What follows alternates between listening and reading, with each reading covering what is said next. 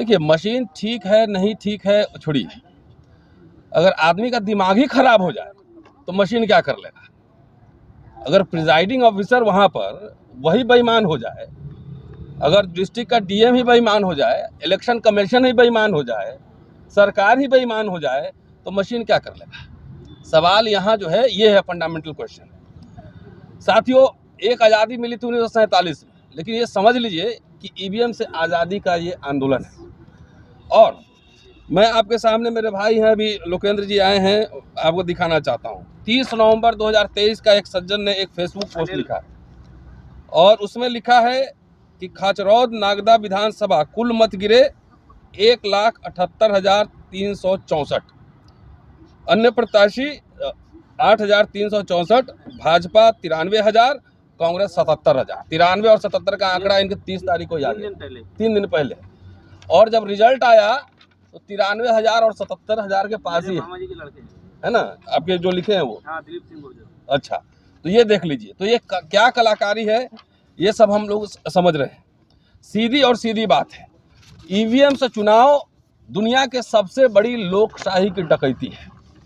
अगर हम ये चाहते हैं, एक इंसान भी भारत अगर चाह रहा है, भारत का चाह रहा है कि हम कागज से हम अपना वोट दे, तो इलेक्शन कमीशन को ये बात ये माननी पड़ेगी। जितने भी आप पक्ष आप रखेंगे आप ईवीएम के समर्थन में, अभी राजेंद्र पाल गौतम जी ने कहा है कि कहीं से मशीन ही है ना, मशीन को तो कोई भी कंट्रोल कर सकता है, जहां से भी कंट्रोल कर सकता है। आपसे पहले नासा वाला यहाँ का तस्वीर जारी कर देता है भारत का। तो जितने आप पक्ष में समर्थन देंगे उस सब के खिलाफ हमारे पास आर्गूमेंट है। कह रहे हैं कि भाई बूथ मैनेज होता है बैलेट पेपर से, तो ईवीएम भी मैनेज होगा। कह रहे हैं कि बूथ लूट लेते थे, तो ईवीएम भी लूटा जा रहा है, अब सबके सामने दिख रहा है। अब तो वीडियो बन रहा है मोबाइल फोन, पहले तो मोबाइल फोन नहीं था, तो बूथ ये ईवीएम मशीन भी लूटा जा रहा है। तो ये तमाम जिस तरह का आर्गूमेंट है कि भाई टाइम बचेगा, कहाँ टाइम बच रहा है, पहले से ज़्यादा टाइम लग रहा है। आप 7 चरण में चुनाव करवाते हो, एक मान लिया कि 1 नवंबर में हुआ, फाइनल रिजल्ट आके फरवरी में आ रहा, तो 3 महीना में तो कुछ भी हो सकता है, पूरी लीला ही बन जाएगी उसकी, ये बात है। दूसरी बात है कि जब 30-40 साल में पूरा देश, समाज, टेक्नोलॉजी सब कुछ बदला है, तो आप वहाँ बूथ पे आप सीसीटीवी कैमरे लगा सकते हो, सीसीटीवी कैमरे लगा सकते हो, आप इलेक्ट्रॉनिक सर्विलांस कर सकते हो, वो भी कर सकते हो। आप इतना सोफिस्टिकेटेड वेपन्स है हमारे फोर्सेस के पास। अगर आपको लगता है कि ये सेंसिटिव बूथ है, यहाँ पे गड़बड़ी हो सकती है, तो आप डिप्लॉय करो वहाँ फोर्सेज। आप शूटर साइड का भी ऑर्डर दो कि जो बूथ लूटेगा उसको देखते गोली मारो। ये करने से आपको कौन रोक रहा है? क्यों? एक खास तरह के लोग ही, एक खास तरह की पार्टी ही, भाजपा एनडीए, यही लोग पहले ईवीएम का विरोध कर रहे थे, यही लोग कर रहे थे ना। नरसिम्हा और अडवाणी जी ने केस भी डाला और इन्होंने किताब भी लिखा, सुब्रमण्यम स्वामी ने केस डाला था, किताब भी लिखा। ये लोग विरोध कर रहे थे, आज ईवीएम के पक्ष में क्यों है? मैं मध्य प्रदेश चुनाव में था, मैं गया था 4 दिन के लिए, और आप बैलेट पेपर वाला आप देख लीजिए, 199 सीट पे ऑपोजिशन लीड कर रहा था। तो इसमें ईवीएम में कौन सी जादू है भाई? ईवीएम खुलते ही आपको पता लगा कि जो रिजल्ट पब्लिक कुछ और सोच रही है, रिजल्ट सीधे बदल जा रहा है। तो सीधे और सीधे साथियों, ये ईवीएम नहीं है, ये समझ लीजिए कि अगर जाके बाहर में कहते हैं मदर ऑफ डेमोक्रेसी, और यहाँ डेमोक्रेसी जो है हाईजैक कर लिया गया है, इस सरकार ने, चुनाव आयोग ने हाईजैक कर लिया है। हम तो कोर्ट से भी आग्रह करेंगे इस संयुक्त मोर्चा की ओर से कि जो 19 लाख गायब ईवीएम का मसला है, वो मसला इसमें अविलंब इमीडिएट बहस हो।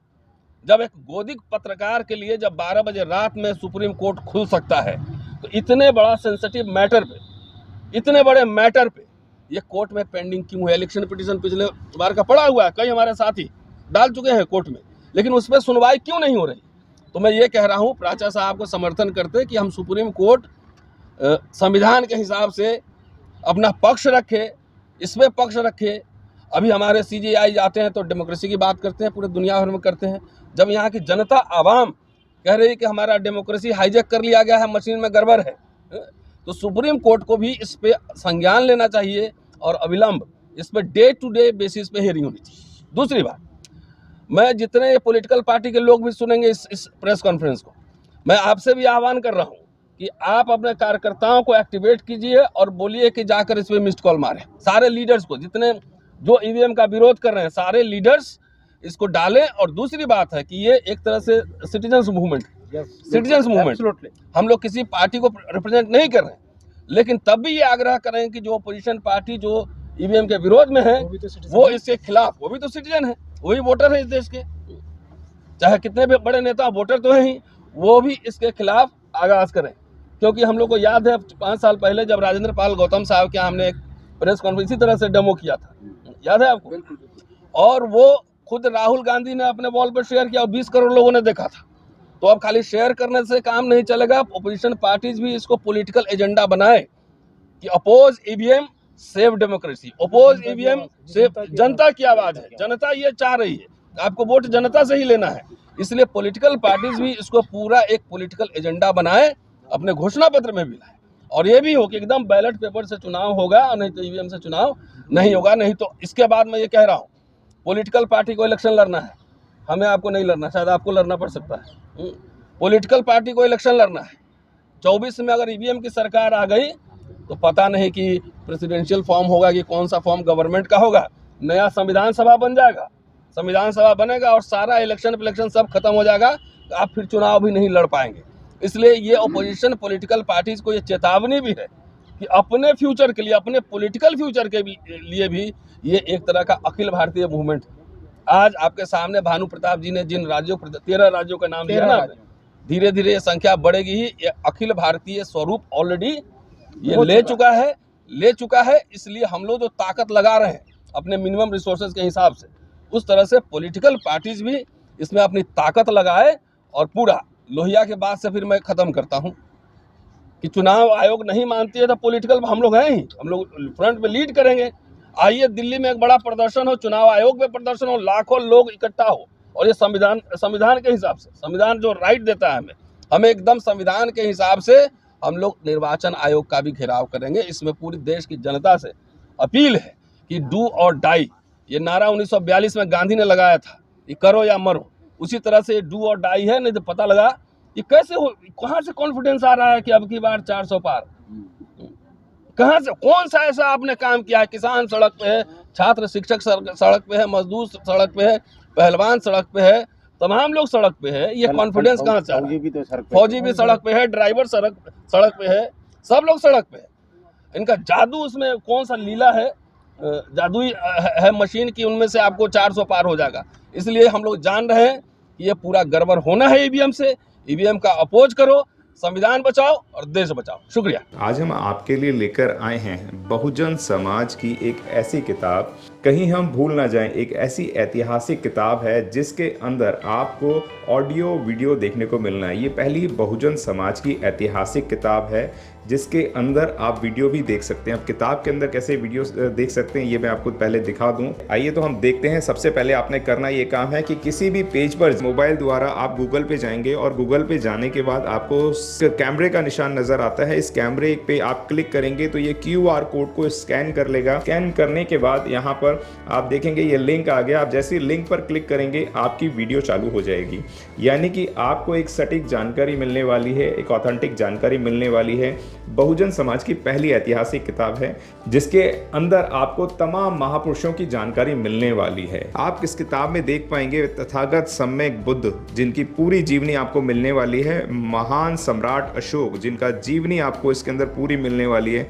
संत कबीर दास, संत शिरोमणि गुरु रविदास, सम्राट मीर भोज, जिन्होंने इतिहास रचने का काम किया, गुरु घासीदास बाबा, वीरांगना झलकारी बाई, वीरांगना उदा देवी पासी, नागेली वीरांगना की कहानी, एकलव्य जिसका अंगूठा काट लिया था धोखे से, चोखा मेला हरिचंद ठाकुर, ज्ञानदीप छत्रपति शाहूजी महाराज, बिरसा मुंडा, ज्योतिबा फूले, माता सावित्रीबाई फूले, फातिमा शेख, EV रामास्वामी, स्वामी अच्युतानंद, बाबा साहब डॉक्टर BR अम्बेडकर, जिनका मूल ग्रंथ आपको इसमें छोटी सी किताब में मिलने वाला है। आप ऑडियो भी देख सकते हैं, वीडियो भी देख सकते हैं।